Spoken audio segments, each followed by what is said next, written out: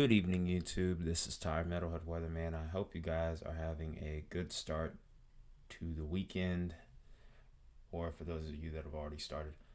This video is pretty late, and I do apologize for that. A lot happened this afternoon, a lot of stuff I wasn't prepared for, but that's how life goes sometimes, but we're still here.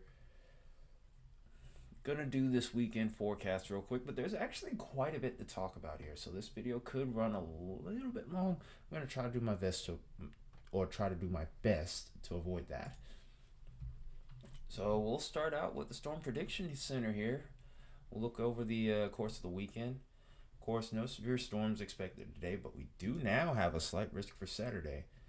No severe expected for Sunday, so we're mainly going to be just looking at our slight risk and our marginal risk areas here.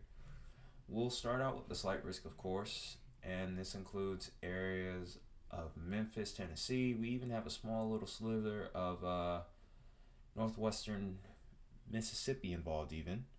We have the Ozarks, we have Little Rock, Arkansas involved, and then we have the Texas-Oklahoma line here. We have Fort Sill and just to the south of Norman involved in here. Main threat with this will be damaging winds and hail. The tornado threat just isn't really there. And then we look over to our marginal risk over here towards the west, meaning towards the southwest. Anywhere to the east of San Diego all the way to Phoenix, there's a chance for a marginal severe storm. And I mean, pretty much it's the same story with the synopsis here. Weak wind shear, not super impressive by any means, and very limited cape with sufficient dew points, leading mainly to some stronger wind gusts and some hail. I'm not expecting some out of the ballpark kind of numbers where we're looking at 3-4 inch hail. It's going to mainly be about an inch in diameter, tops 2 inches if you're really generous.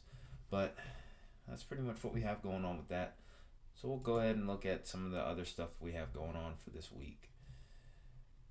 So right now, I don't know why this has gone to the single image, but for right now, we'll go ahead and look at the temperatures for the weekend first. Try to wait for this to load while we're at it. But we already know the situation for some of you, as based off of my Arctic Blast forecast, my Arctic Blast videos. Link to that will be in the top right corner. But that being said here, we know the situation. Here's one of several Arctic blasts that are heading our way. We can see it moving into the northern plains here. But this is what's going to be fueling that collision of air masses here and causing our storms to fire off in this line right here. We move this to about maybe 16, 17Z. You do have a little bit of a contrast here. It's not a super sharp one. The sharper it is, the greater the confidence I would have in a bigger severe weather threat. But it's pretty progressive here. I mean, we have an area right here, however, it's about 80 degrees over towards the Oklahoma-Arkansas line, but once you get into Missouri, it's about 66 degrees. Like I said, it's somewhat of a sharp temperature contrast, but it's not the sharpest I've seen by a long shot. So it's not a lot to really latch onto there. Those Cape values are gonna suffer because of that more progressive drop off there. So towards the south, we're going to be a little bit warm this week. We're going to be pretty warm this weekend, but if you're over towards the northern states, northern plains, Great Lakes region, and even towards the northeast, we could be expecting some below average temperatures for the most part here. If you're over towards the west, we're still locked in that positive PNA for right now, and it's going to stay that way for almost the next week. So I wouldn't expect too much in the way it changes here.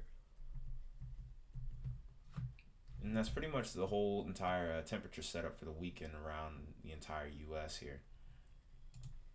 Quickly take a look at the dew points. And we can clearly see here our main areas of interest are going to be here and here. So we'll look at both of those simultaneously. And it's going to be pretty easy to tell these two areas apart because they're going to be the only areas that have dew points going into the 60s.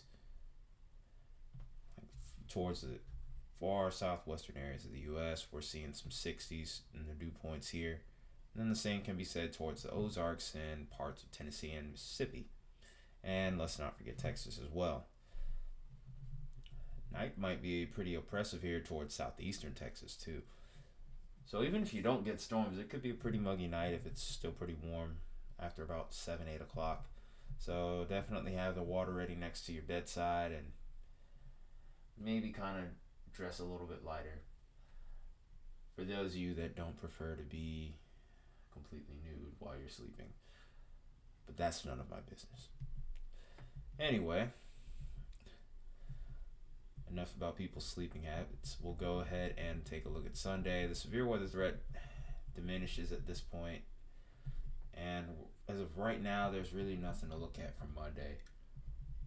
That's pretty much all we got for that temperature model there. Let's go ahead and take a look here at the Cape, our severe weather events. Again, like I said, it's pretty limited. So I'm not super worried about this threat, about this severe weather threat. I'm mainly just covering this to make sure that this doesn't just sneak up on somebody. Uh-oh. There we go. Thought it was freezing up on me for a second, folks. I've had this problem a lot lately. But here's the Cape values. They're definitely going to be the highest over towards the Ozarks here, the Oklahoma, Texas area. And we do get some pretty impressive values here. We do get into that 2,000, 3,000 region right about here. A little bit further to the south too. So there may be some changes coming to that severe weather outlook for tomorrow. We'll have to just kind of see where it goes. I may talk about it again in the morning, but I won't be able to do it in the evening. I have a very busy weekend ahead, so yeah. Also, if you want to see some stuff goes on this weekend, I may put up some content on my second channel. I'll leave a link in the top right corner for that as well. But we can clearly see here there's a sufficient amount of Cape for the Ozarks tomorrow as far as our severe weather threat's concerned. Then later into the evening, we can also look at some parts of Texas as well. Would be surprised to hear a few rumbles of thunder there. And then over towards the southwest, we have some Capes that are kind of leaning towards the 700 to 1,200, maybe even a 1,500 in there. So a quick severe storm isn't out of the question over there. But beyond that, really, there isn't much to go off of after that. This is the main limiting factor that we have for our severe storms during this time of year. It's a little bit harder to generate good Cape, like what you would expect in those textbook severe weather outbreaks. But sometimes the other parameters can overcome that, and we can still get a crazy system that pops up. That being said, we can also take a quick look at the bulk shear. Not too much to go off of there. Like I said, the bulk shear is pretty weak. We're sitting at about maybe 25 to 35 knots. It's not very impressive at all. We'll just run a loop over that whenever this finishes loading. And it's always these little wind maps, these wind models that often give me the hardest time, so may have to bear with this for a moment here. Well, it looks like it's doing okay. So we'll go ahead and roll this along now.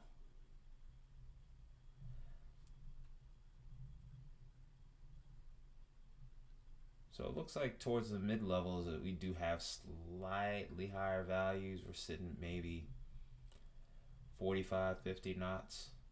Can't tell exactly which part of the atmosphere this is going to be in.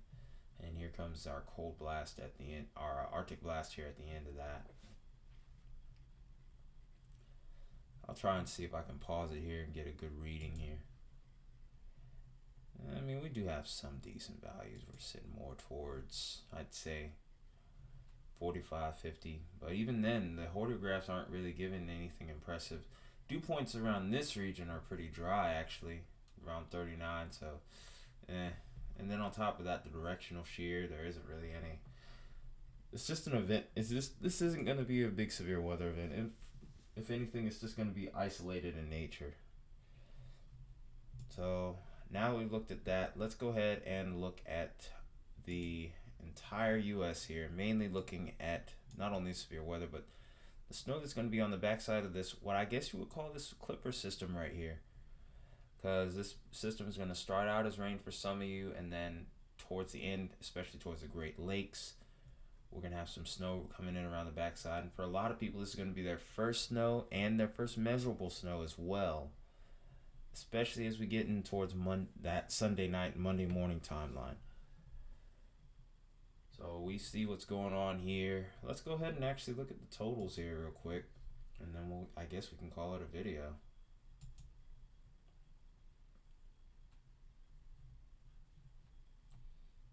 So we'll take a quick look at the snow, the snowfall totals. Gotta wait for this model to load here. And it looks like we get a fair amount over here in some areas. I would say, oops, actually, I think I'm in the wrong model. This shows you how out of practice I am with this. Let's go ahead and look at this model here. This is the Cushiera. The Cushiera ratio is always a good one to look at as far as snowfall totals. Go ahead and move this to the end of the model run here, and see now we're getting towards more of a fair reading here. For some areas here, it looks like we're mainly seeing about an inch or two of snow. There may be a couple of isolated areas where we get 4 inches or more. I do think 6 to 8 inches in some spots is a little bit brave, but can't rule it out. This area is going to be pretty cold, so the snowfall will be able to accumulate a little bit quicker. Well, we'll just have to see how things play out here. But getting towards the end of the video, I just want to say I appreciate the recent uptick in viewership, subs. Again, extremely thankful for that. Plenty more to come from the channel here. I'll see what I do. I'll see what I end up doing for a video tomorrow morning for sure. Like I said, tomorrow afternoon we're probably not going to be available to even do a video. So we'll just have to see how things play out from that point. But anyways, this has been Tyler Metalhead Weatherman. I will see you guys in the next one. Take care, and I hope you have a good Saturday.